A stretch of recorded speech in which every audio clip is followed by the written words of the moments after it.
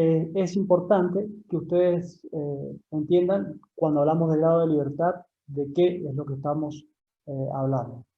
Entonces, para ello, vamos a aclarar que un punto en el plano tiene 2 grados de libertad, en el espacio tiene 3 grados de libertad, un cuerpo chapa en el plano tiene 3 grados de libertad y en el espacio tiene 6 grados de libertad.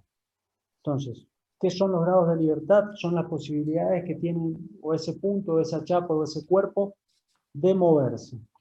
Para entender esto, veamos la siguiente figura. Si nosotros tenemos una chapa S, y esa chapa S tiene una posición inicial, y luego toma otra posición final, bueno, para llegar a esa posición final, esa chapa sufrió una traslación en el sentido X, una traslación en el sentido Y, y luego una rotación alrededor de un punto que en este caso hemos determinado y llamado O. Entonces, en el plano, esta chapa tiene 3 posibilidades de movimiento: traslación en X, traslación en Y y rotación. Entonces, para que esa chapa se encuentre en equilibrio o la podamos vincular y que no se desplace, nosotros vamos a colocarle vínculos. Esos vínculos son dispositivos que van a condicionar total o parcialmente los movimientos de esa chapa o cuerpo. Tenemos entonces 3 tipos de vínculos: los móviles o de primera especie, los fijos o de segunda especie, y el empotramiento de tercera especie. Esto es para los sistemas en el plano, que son los que nosotros vamos a ver durante este curso y nos vamos a concentrar sobre todo en la resolución de estos trabajos prácticos. Pero está bueno que ustedes también sepan que en el espacio también podemos tener distintos tipos de vínculos.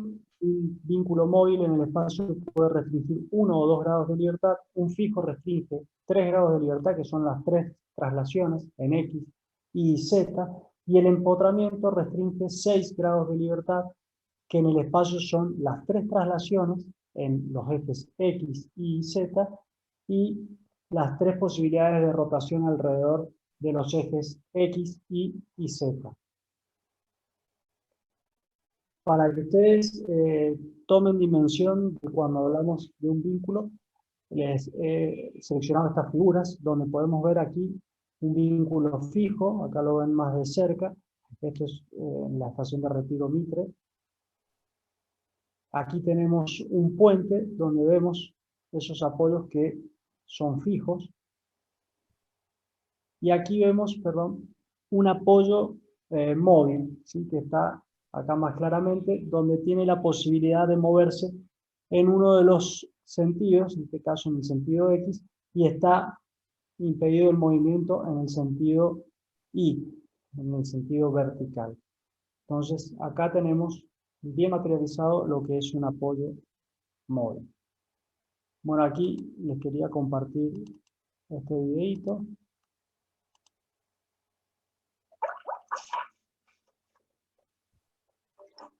Los apoyos pueden ser de 3 tipos. En los apoyos móviles o de primera especie, un elemento estructural descansa apoyado, por ejemplo, en un rodillo. Este tipo de apoyo permite su traslación y rotación, pero evita que se mueva en dirección perpendicular al eje. Los apoyos móviles restringen 1 grado de libertad. Los apoyos articulados o apoyos fijos de segunda especie solo permiten la rotación del elemento estructural alrededor de su eje, evitando la traslación según su eje y en la dirección perpendicular al mismo. O sea, que restringen 2 grados de libertad. Y los apoyos fijos de tercera especie o empotramientos inmovilizan totalmente al elemento estructural, restringiendo 3 grados de libertad. En una estructura constituida por losas, vigas, columnas y bases, la carga viaja de este modo. La carga externa actúa sobre la losa. Esta la transmite a las vigas a través de los apoyos. Las vigas a las columnas que afectan las bases. Y de las bases al suelo.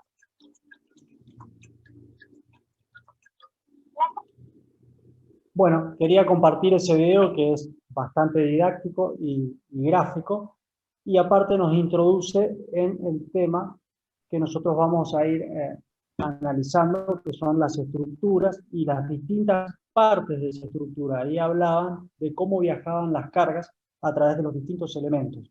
¿Sí? Las acciones que actúan sobre esa estructura, ya vamos a ver que pueden ser acciones o cargas concentradas, o acciones o cargas distribuidas de distinta manera. Pero sí me interesa que ustedes interpreten que si nosotros tenemos un elemento estructural como una losa, donde dos de sus dimensiones son mucho mayores que una de las dimensiones, que es el espesor, que es un elemento en placa, y esa losa generalmente siempre está apoyada en vigas, que son elementos donde la longitud siempre es más preponderante que la sección, el alto y el ancho de ese elemento, y esos elementos vigas son generalmente horizontales y descargan sobre elementos columnas que también tienen una dimensión mayor que las otras dos y son generalmente verticales, que a su vez descargan sobre los elementos de fundación que terminan descargando las acciones en el suelo.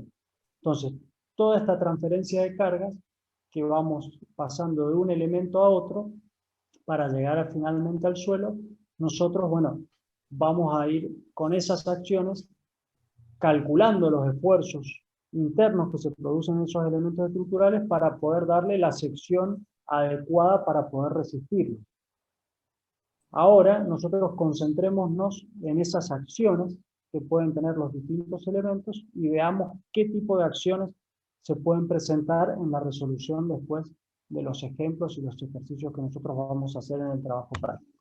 Aquí vemos entonces acciones concentradas sobre un elemento viga o acciones concentradas sobre un elemento losa. Veamos el ejemplo del tanque que nos sirve para ver las acciones distribuidas. Fíjense, el tanque va a tener una cierta cantidad de agua. Ese agua va a ejercer una presión sobre la pared del tanque que va a ser una acción triangular que va a estar uniformemente distribuida en forma triangular sobre la pared y sobre el fondo o la losa del fondo va a tener una acción constante en toda la losa que va a hacer una carga distribuida repartida en forma uniforme.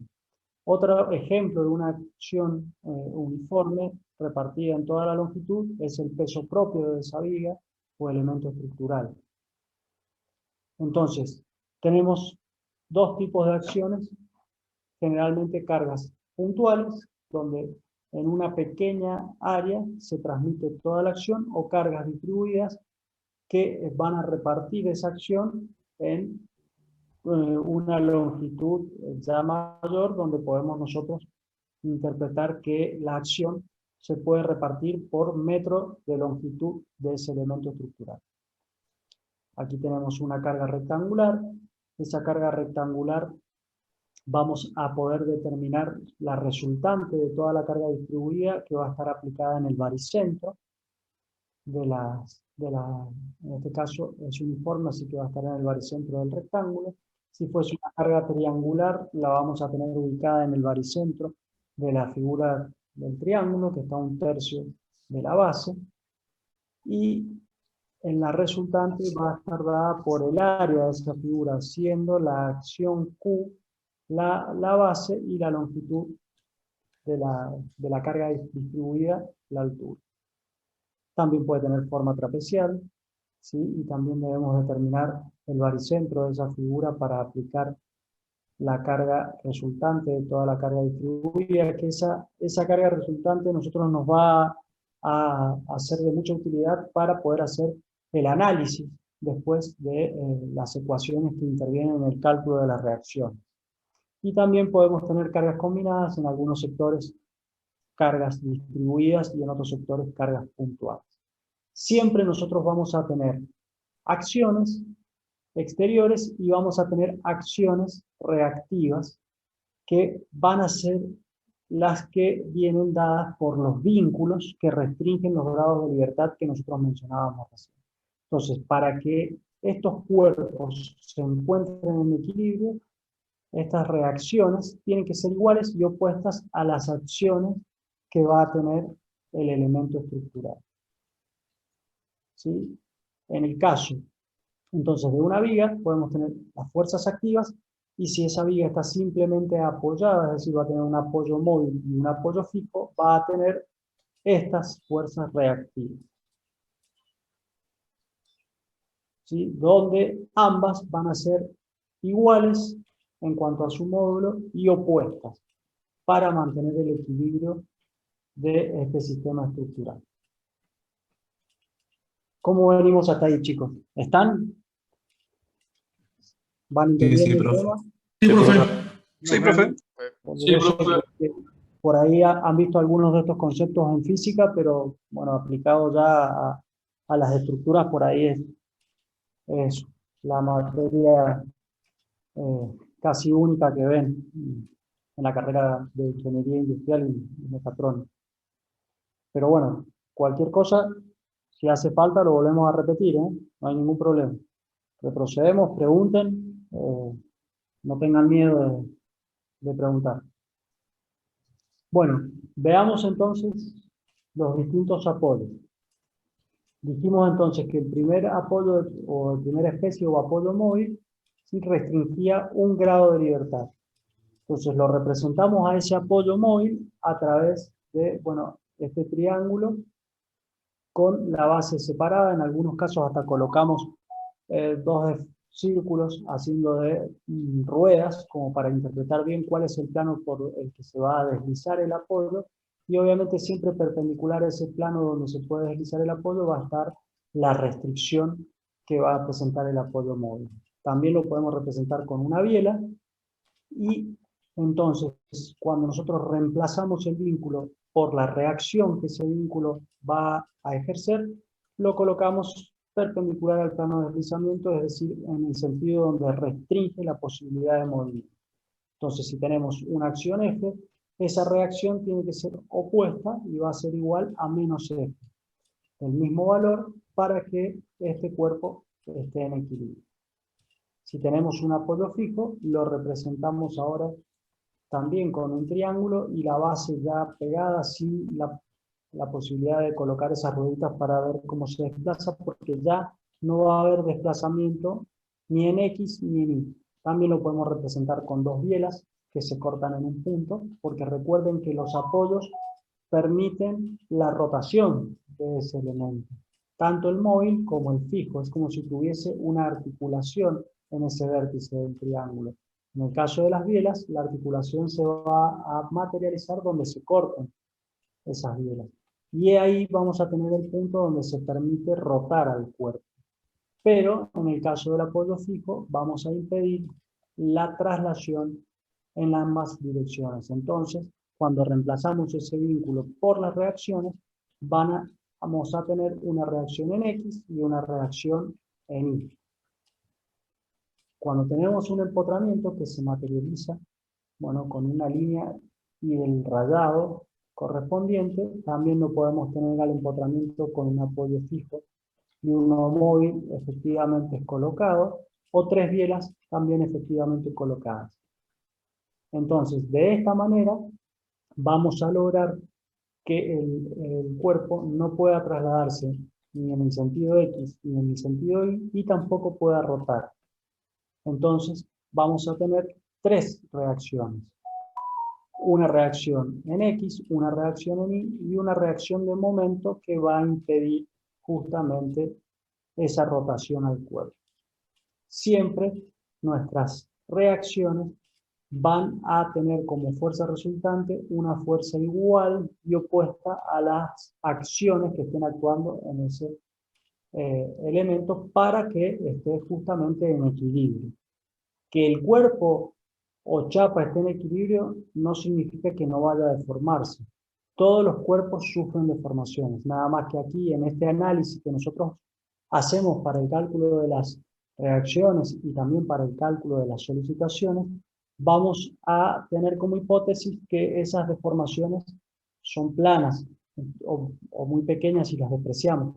Entonces nosotros vamos a concentrarnos en que el cuerpo esté en equilibrio. Pero después vamos a ver, sobre todo en la parte de resistencia de materiales, que tenemos deformaciones y que esas deformaciones, bueno, toman un valor. pero por ahora vamos con este análisis de mantener el cuerpo en equilibrio. Bueno, nosotros tenemos para resolver estos sistemas distintos pasos a seguir. Bueno, el primero es el análisis cinemático, donde nosotros vamos a verificar que este sistema sea isostático. Y después tenemos el análisis estático propiamente dicho, donde vamos a realizar el diagrama de cuerpo libre y vamos a resolver las ecuaciones de equilibrio y luego verificaremos esos resultados. Porque como les dije yo en las líneas anteriores, es muy importante que nosotros calculemos bien las reacciones porque es el punto de partida para el análisis después de la estructura, tanto en el cálculo de solicitaciones como en el dimensionamiento de la sección, una vez que tengamos ya cuánto es la solicitación que actúa en ese elemento y qué tipo de solicitación es la que actúa en ese elemento. Bueno, el sistema vinculado que además de presentar constricción total tiene reacciones determinables estáticamente es el que llamamos sistema isostáticamente sustentable o solamente le decimos sistema isostático. Bueno, ¿qué es lo que nos da a nosotros una constricción total? ¿Sí? Vamos entonces a analizar qué es una constricción total, también una constricción parcial y una constricción impropia. Bueno, constricción parcial es... ¿Le puedo preguntar qué significa constricción? Disculpe que lo interrumpa. ¿Cómo? Sí, no hay problema, pero te escucho muy bajito. ¿Podrías más fuerte hablar? A ver. ¿Ahí se escucha bien? Hola. Ahí te escucho, dale. Bien, ¿qué significa constricción? Y la otra pregunta era si estamos tratando ahora solamente con chapas o cuerpos planos. Sí, ahora estamos viendo chapas y cuerpos en el plano, ¿sí? Nos estamos concentrando en el plano. No vamos a ver en el espacio para el cálculo de reacción. Y constricción significa, bueno, impedir el movimiento, ¿sí? Vincularlo, arrastrarlo de alguna manera, ¿sí? Entonces, cuando hablamos, ahora lo aclaramos mejor en esta diapositiva. Después decime si por ahí hace falta, lo reaclaramos un poco.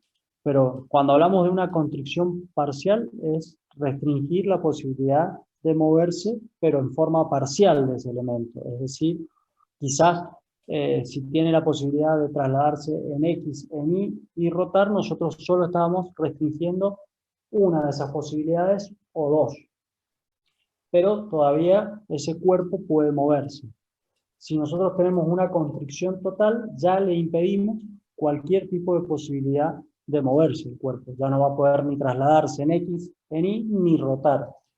Pero esa constricción total puede estar dada solamente por 3 vínculos bien colocados o más vínculos. Ya entonces podemos estar hablando de un sistema isostático si solamente tiene 3 vínculos para los 3 grados de libertad que tiene, o podemos estar hablando de un sistema hiperestático, donde ya va a tener mayor cantidad de vínculos de los grados de libertad que tiene. Es decir, si es una sola chapa y tiene 4 vínculos bien colocados, bueno, ya va a tener un vínculo más del que necesita. Entonces, si bien es una constricción total, pero ya el sistema no es isostático, sino que es un sistema hiperestático. Nosotros nos vamos a concentrar en los sistemas isostáticos. Y después, ¿qué puede suceder? Que nosotros tengamos 3 vínculos en esa chapa, pero esos 3 vínculos no estén bien colocados porque me dejan una posibilidad de movimiento. Por ejemplo, en esta figura que tenemos abajo, tenemos los 3 vínculos, pero fíjense que como están ubicados, dejan la posibilidad de traslación en el sentido de las X.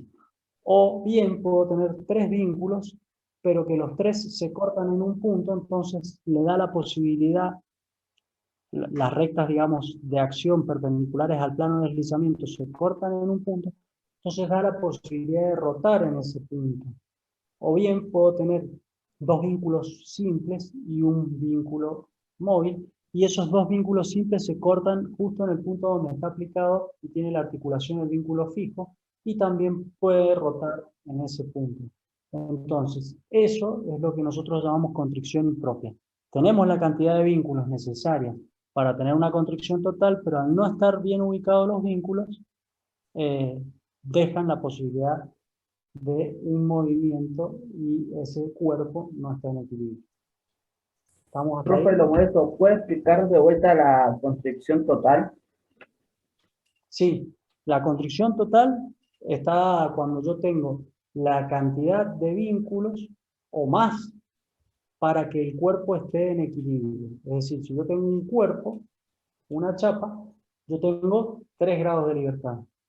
Traslación en X, traslación en Y y rotación. Entonces, si yo coloco 3 vínculos simples bien ubicados, voy a tener la constricción total. Y si coloco 4, también, como en el caso de esta figura donde ya tengo un empotramiento y un apoyo móvil. Entonces la constricción total yo la tengo con 3 vínculos que restringen 3 grados de libertad o más vínculos. Y ahí voy a tener, ¿sí? Ese cuerpo en equilibrio puede ser un sistema isostático si tengo un vínculo por cada posibilidad de movimiento, o un sistema hiperestático si ya tengo más vínculos que posibilidades de movimiento. ¿Sí? Ok, gracias. ¿Entendió? Sí, sí. Perfecto.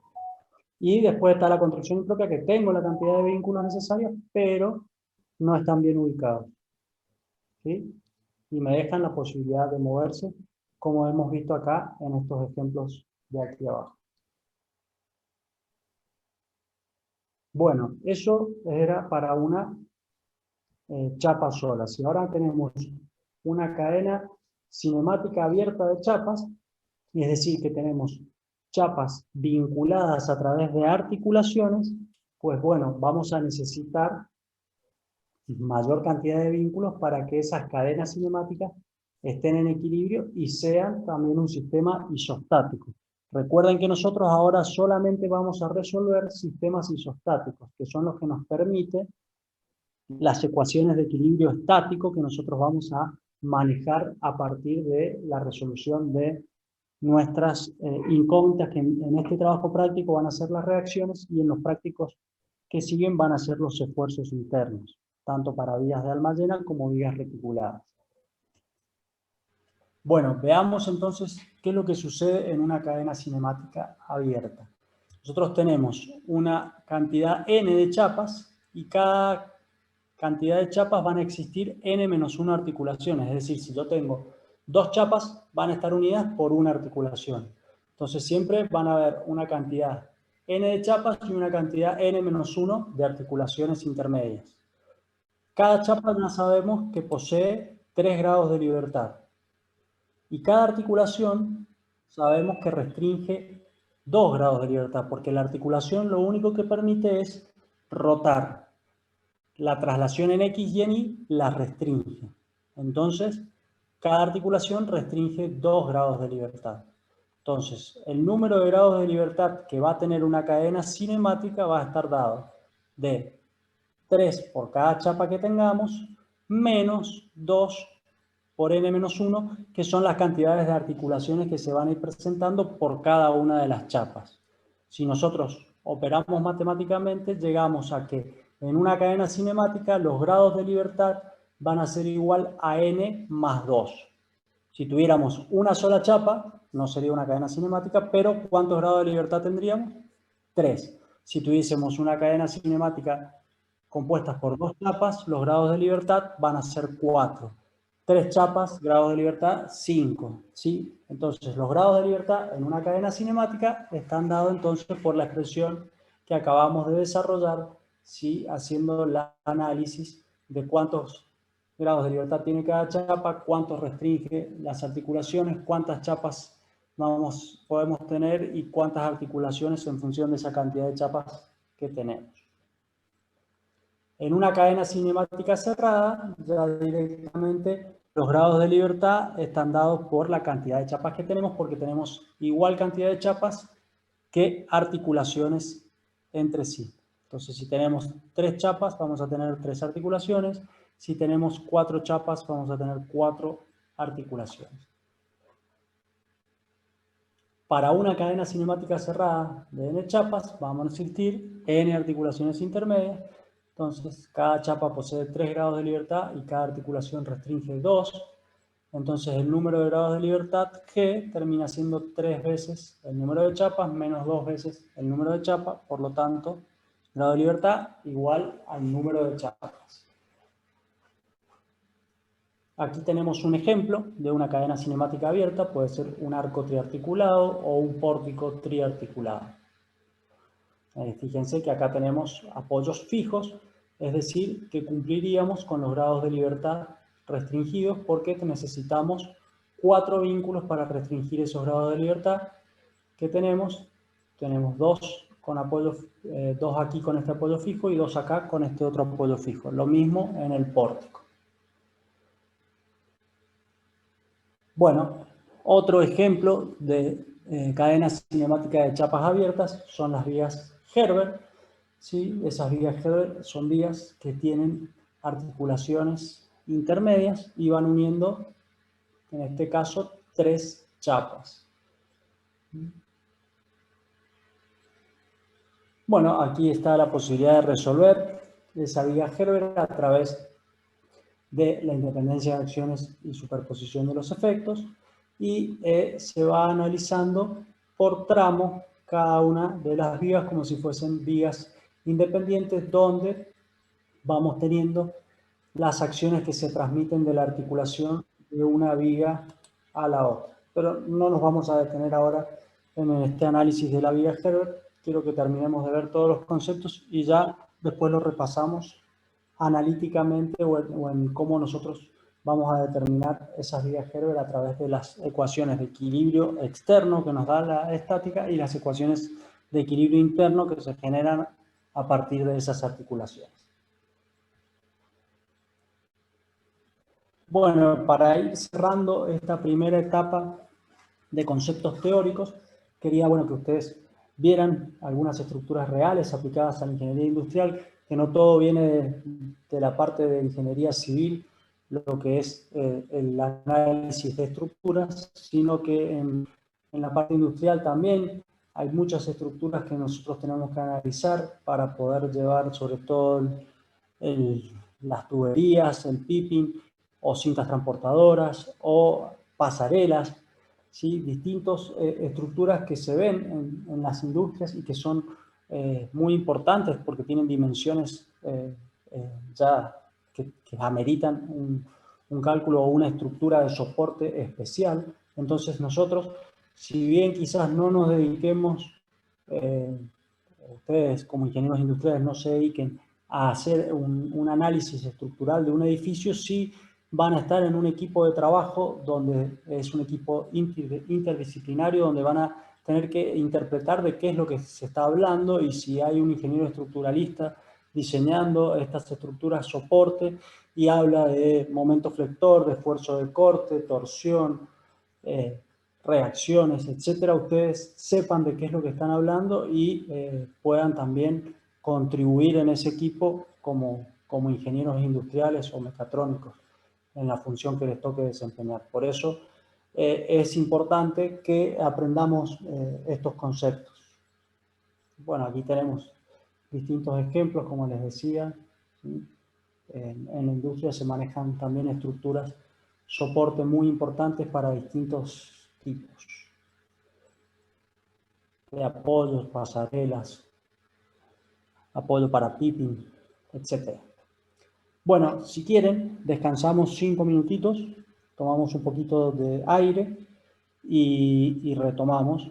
Y aprovecho para volver a preguntarles si ha quedado alguna cosa suelta, alguna duda que ustedes quieran que repitamos, que veamos. Aprovechemos ahora, así ya arrancamos con algunos ejemplos de aplicación y algunos ejercicios del trabajo práctico para que ustedes ya lo puedan encarar.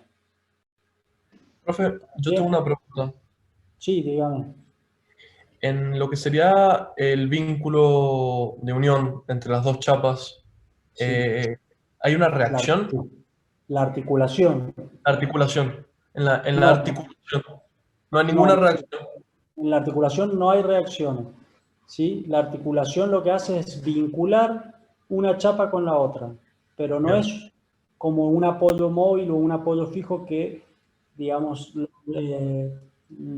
lo reemplazamos después para el análisis por la reacción. Bien, bien. Perfecto. Muchas gracias. ¿No? No. Profe, Sí. ¿podría repetir qué es una cadena cinemática abierta? No me quedó muy claro eso. Bueno, vamos para allá de nuevo.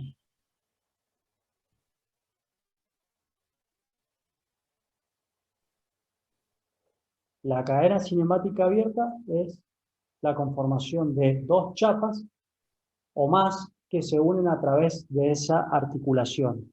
La articulación, ¿sí?, es una unión que se va a producir entre esas dos chapas que va a impedir la posibilidad de moverse en X y en Y, pero va a dejar que esas chapas roten entre sí.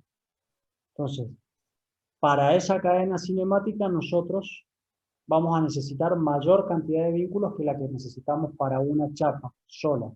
¿Sí? Es lo que nosotros calculamos y nos da que para una cadena cinemática los grados de libertad van a estar dados como n más 2. Entonces, si tenemos una cadena cinemática de dos chapas que están unidas por una articulación, vamos a necesitar cubrir 4 grados de libertad. Entonces, vamos a necesitar colocar 4 vínculos para que ese cuerpo tenga una constricción total y esté en equilibrio. Pero, Perfecto. si uno lo ve desde el punto de vista, digamos, de una estructura, podemos materializarlo en un pórtico triarticulado, donde va a tener una posibilidad de rotar entre un elemento estructural y el otro en el centro, y después apoyos fijos en los extremos, o un pórtico también triarticulado, o las vigas Herbert que nosotros mencionábamos, que en distintos puntos esas vigas están vinculadas a través de elementos que impiden el movimiento, pero sí dan la posibilidad de rotar a ese elemento. Perfecto, profe. Gracias. No me alcanzo a imaginar cómo sería la rotación ahí en el triarticulado que estaba mostrando recién. O sea, como que lo intento imaginar una estructura y verlo de cómo podría rotar y no me sale. Si tiene algún ejemplo, como nos mostraba Lo que recién. pasa es que en este caso la articulación permite la rotación, pero nosotros se lo estamos impidiendo con los vínculos. Bien, está bien, ahora sí me cuadró, digo, ¿Sí? pues justamente por los vínculos que no nosotros me la cuadraba. tenemos en Digo, equilibrio a la estructura. No, bien, por eso nosotros necesitamos un vínculo más para que esta estructura esté en equilibrio y no rote, pero sí está unida claro, en ese punto. Después ya va a ver que cuando nosotros dimensionamos los reticulados, vamos a suponer que tenemos una articulación en cada nudo, pero no es que se están moviendo, sino que es una hipótesis para nosotros poder realizar el análisis, ¿sí? ajá, bien, Pero buenísimo. al nosotros restringirlo con los 4 vínculos, restringimos los 4 grados de libertad y esta estructura está en equilibrio, no va a rotar. Si Bien, no, no nos profe, serviría, ¿no? y podría volver a la Sí. diapositiva en la que estaban los vínculos y estaban Las los ejes, que si construcciones, se cruzaban un punto que decíamos que no me sale la, acá, ajá, no, esta, esas no, estas, las construcciones bueno, impropias estas. ahí. ¿Cómo era la condición, digamos, para que fuera impropia si los ejes... Por ejemplo, analicemos esta que es la más sencilla. Si nosotros tenemos 3 vínculos simples, podríamos tener el cuerpo en equilibrio y restringir los 3 grados de libertad. Pero en este caso hemos puesto los 3 vínculos, todos con la posibilidad de desplazamiento en el mismo plano. Ajá, como en Entonces, X. claro, en X no hay en ningún lugar que lo podamos restringir porque están todos Bien. ubicados en la misma forma. Entonces, dejamos libre esa posibilidad de traslación en X. En este caso, si tenemos 3 apoyos móviles y nosotros, digamos, una línea imaginaria que pase perpendicular al plano de deslizamiento de esos 3 vínculos, se cortan los 3 en un punto, bueno, ahí ese punto está liberado y deja que el cuerpo rote. ¿Sí? Nosotros tenemos que ubicarlo de tal manera que no se corten los 3 vínculos la línea esa perpendicular a la posibilidad de desplazamiento del vínculo, se corten los tres en un punto. Y si fuese un apoyo fijo, que tiene la articulación ahí, y los dos vínculos móviles se cortan ahí, también puede rotar el cuerpo. Entonces nosotros tenemos que disponer los vínculos de tal manera que no se corten todos en un punto, porque podemos darle la posibilidad de rotar y no estaríamos restringiendo ese movimiento de rotación. Bien, perfecto. Ahora sí me quedó un poco No más sé claro. si se Sí, la aclaré. ¿Sí? sí, muchas gracias. ¿Esos son No, los por nada. los únicos 3 casos de constricción impropia? No son los únicos, pueden haber otros, pero bueno, esto es una ejemplificación, ¿sí? Puede haber cualquier otro caso donde nosotros coloquemos los vínculos y no le demos y le dejemos libre una posibilidad de movimiento, va a ser una constricción impropia, porque nosotros podemos tener la cantidad de vínculos necesaria, pero no es una condición suficiente porque no están bien colocados. ¿Sí? Podríamos tener, por ejemplo, esto rotado 90 grados y que nos quede liberado el de traslación en I. ¿Sí? Claro, claro. Profe, ahí en construcción total, ese vínculo en A que está como más largo, ese que está Es señalando, es un ¿es también empotramiento. fijo? Ah, es empotramiento, está. Es un Me sale la- empotramiento donde restringimos ya los 3 grados de libertad. Entonces aquí tendríamos un hiperestático, donde tenemos más vínculos que los que necesitamos para restringir la posibilidad Ah, de movimiento. ese que está en B, digamos, como que no haría falta. No haría falta en este caso y Se pone nosotros por no ahí lo para que no haga podríamos, tanta fuerza el otro. claro, no podríamos resolverlo desde las ecuaciones que vamos a ver en este curso, que son las ecuaciones de equilibrio estático. Los hiperestáticos ya se resuelven con otro tipo de análisis que no vemos en este curso y que por ahí es un poco más compleja la resolución, nada más.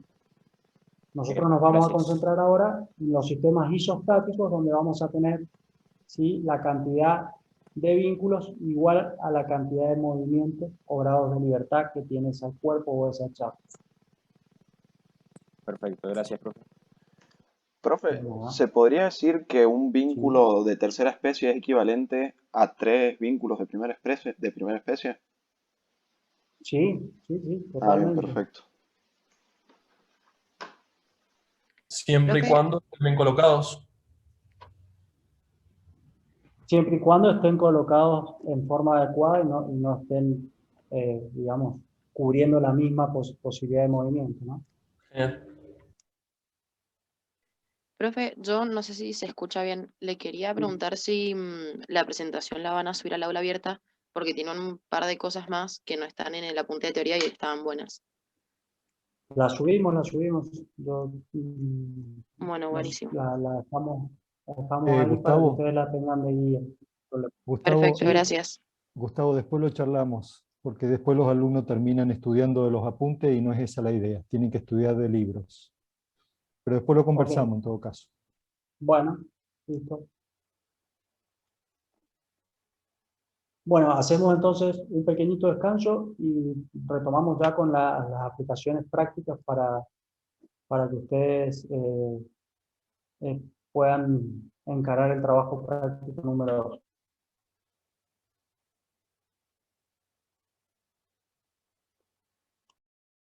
Bueno, ahí pudiste solucionar el tema de la cámara, Miguel.